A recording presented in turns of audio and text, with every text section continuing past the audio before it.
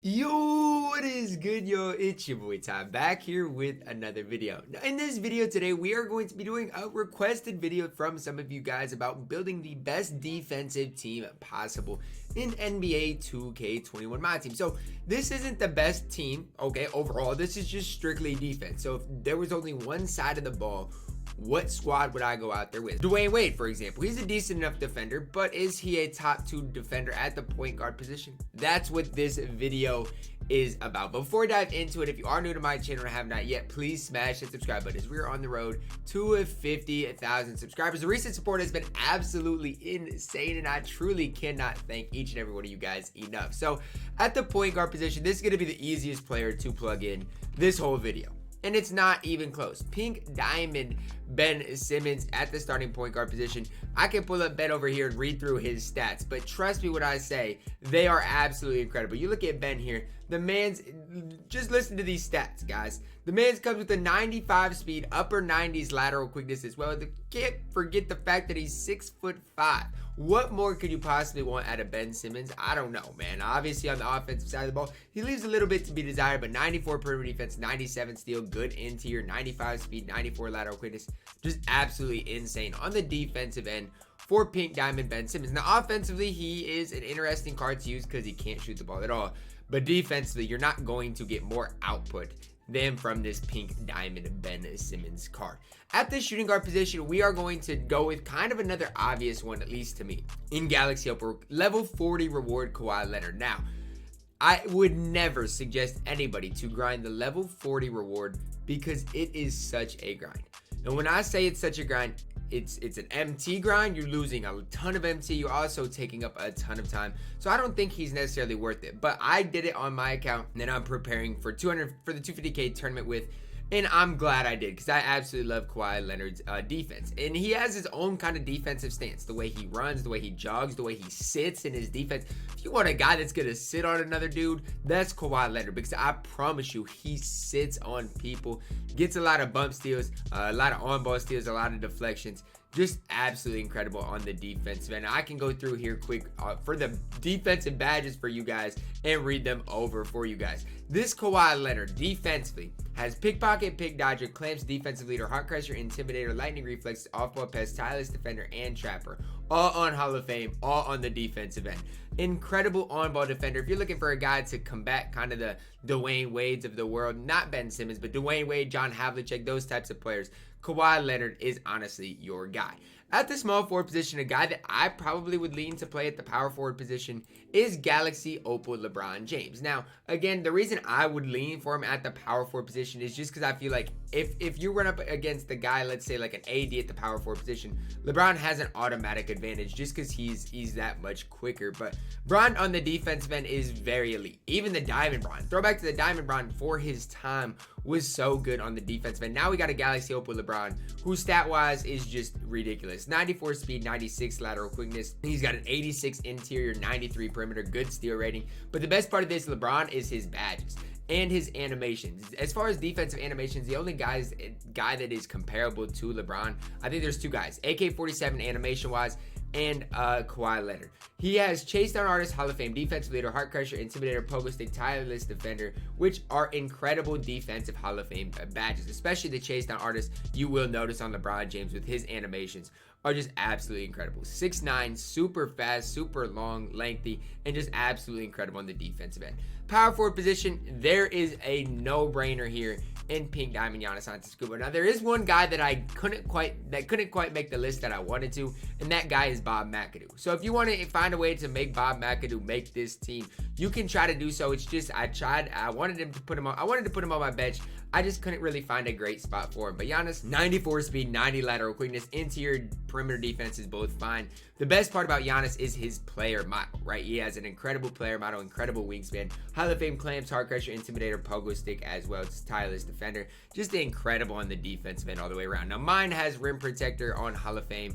I'll probably add my Hall of Fame interceptor to him. And if you add those badges, he is the best defender in the game, and I don't even think you can make an argument against Pink Diamond Giannis Antetokounmpo. At my starting center position, I'm going to go with Galaxy Opal Hakeem Olajuwon. Now, a lot of people might disagree with me on this one, and that is fine. If you want to disagree with me on Galaxy Opal Hakeem, that is perfectly okay with me. But the base card comes with an 86 speed, 88 lateral quickness, great rebounder, 88 perimeter defender, or perimeter defense, 98 interior, good steal and block rating as well. Tendency wise, obviously for Hakeem is incredible. You look at his badges, honestly, Hakeem does come with rim protector, box, clamps, hard crusher, interceptor, intimidator, tireless defender, all those badges on Hall of Fame. Now, obviously, do I wish he had Hall of Fame rebound chaser, Hall of Fame worm? Yes, those badges would be very nice on this Hakeem Olajuwon card. But even with this base card, how many centers in the game have Hall of Fame clamps? Have both interceptor and intimidator on Hall of Fame as well? Not many, and that's why I'm super high on Hakeem Olajuwon, just because overall he's such a complete center. The only downside to him, you can't even say on defense, is on offense, and that downside is his release. That's really it. Kind of has a slower release, but again, it's easy enough to green if the more you use Hakeem Olajuwon. I just personally think Hakeem is one step above my backup center that you guys will see later on in this video. At the backup point guard position, we actually got a guy who still plays on my squad. At the backup point guard position, we are going to plug in Gary Payton here. Now, the reason Gary Payton plays for me is because of defense, right? Obviously, offensively, he's not terrible, but on the defensive end, he's incredible. He's obviously 6'4", so compared to Ben Simmons, that's not great. But here, you look at his speed, 95 speed, 99 lateral quickness, 98 perimeter defense, 99 steal, 88 interior, great tendencies. Badge-wise, Hall of Fame pickpocket, pick dodger, clamps, defensive leader, heart crusher, interceptor, intimidator, lightning reflexes, tireless defender. Defensively, he is elite. The only reason Ben Simmons is above him is just because Ben Simmons is obviously 6'10". But I like personally running with Gary Payton more than Ben Simmons. So if that's kind of what you're looking at, then I like Gary Payton more. But on the strictly defensive side, I think Ben is just that little bit better because he is that much taller. But for a 6'4" point guard, you're probably never going to find better than Gary Payton. Thought about including Lonzo Ball, but when it comes down to it, Lonzo or Gary Payton strictly on the defensive end, give me Gary Payton with the slight edge. Now at the shooting guard position, we are going to include another guy and the reason I'm going to include this guy more than anything is because of his tendencies. MJ, if you know from last year, has always just been that type of guy to beat people up. But when I say beat people up, it's not like, well, it's legitimately beating people up. The only downside to him on the defensive end is that he's 6'6". 95 steal, 95 perimeter, 84 interior, 95 speed, 96 lateral quickness. Now I'm going to go over his tendencies because you guys have to hear these. 98 pass interception tendency, 98 on-ball steal tendency, 95 contest shot, and a 95 block shot tendency. Badge-wise, Hall of Fame pickpocket, clamps, hard crusher, intimidator, pogo stick, tireless defender, and trapper.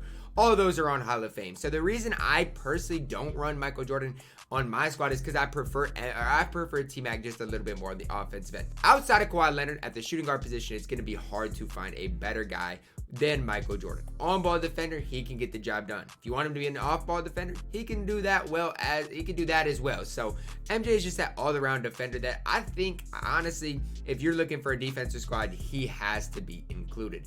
At the small forward position, you guys might hate me, you might disagree with me, but that's all okay. That's part of why I make these videos, because I make some opinions that a lot of people might not agree with, and that is all okay. But before you disagree with me, you've got to use the card. Diamond AK-47, 6'9", 235 pounds. Now, the reason I say his weight is because his player model is very valuable and important in what I'm going to talk about today. Now, the only downside to this card is his speed rating, 88 speed, but if you give him D'Antoni, that's 92. A speed shoe, you're looking at upper 90 speed. 95 lateral quickness, 95 block steal, 95 perimeter defense, 80 interior defense. I compared him kind of to LeBron on the defensive end just because of the animations they get. They both just get absolutely absurd animations. AK's tendencies, 85 across the board, so very, very solid. 7 Hall of Fame badges: Chase Down, Artist, Clamps, Intimidator, Off-Ball, Pez, Pogo Stick, and Tireless Defender. So, I mean, you look at his Hall of Fame badges, right? Mine has 8, I think, with Showtime included. 6 of them are on the defensive end, and the Hall of Fame Chase Down Artist, I can't stress it enough how truly important that badge is. Very, very valuable. Clamps, Intimidator, Off-Ball, Pez, obviously, those are going to matter as well, but AK is a guy for me that's still in my squad. Is his time coming to an end? Probably. But right now, AK-47, man, I'm gonna hold on to you for a little bit longer. Now, this is where it was tough for me, right? Because I did want to include Bob Mcadoo. I wanted to include Bob Mcadoo so badly that it hurts me still to this day not to include Bob Mcadoo. But I can't sit here and lie to you. Bob Mcadoo is not a better defensive player than Galaxy Opal Bill Russell. Bill Russell's 6'10". Look at his defense. 95 block, 93 interior, great rebounder, 91 speed, 90 lateral quickness. Tendency wise on the defensive end, very, very solid. 90 pass interception, 62 on ball steal tendency, 99 contest shot and block shot tendency, 19 Hall of Fame badges. This is where Bill Russell really excels. Hall of Fame rim chase down artist, box clamps, defensive leader, hard crusher, interceptor, intimidator, moving truck, rebound chaser, pogo stick, post with lockdown, tireless defender, worm.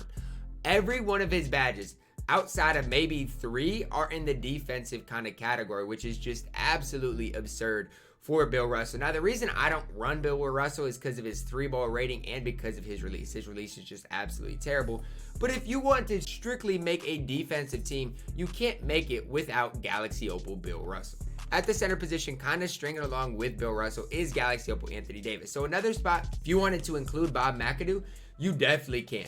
But it's just hard. The way I personally use Anthony Davis, it's hard for me not to include him in this list. Like, what he does for me, it's really, truly hard not to. 6'10", player model, again, makes a difference. The fact that he does have a good player model.